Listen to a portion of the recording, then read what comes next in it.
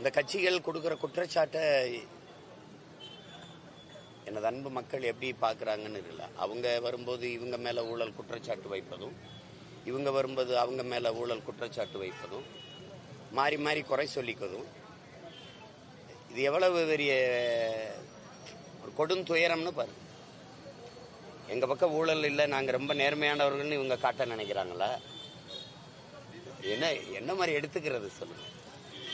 இப்போ இது ஒரு தேர்தல் வரும்போது இது ஒரு வழக்கமாக நடக்கிற ஒரு வேடிக்கை தான். திருவிழா காலங்களில் ஒரு வேடிக்கை காட்டுவோம்ல, ஒரு விழா, ஒரு நாடகம் போடுவோம்ல, அது மாதிரி ஒரு நாடகம்.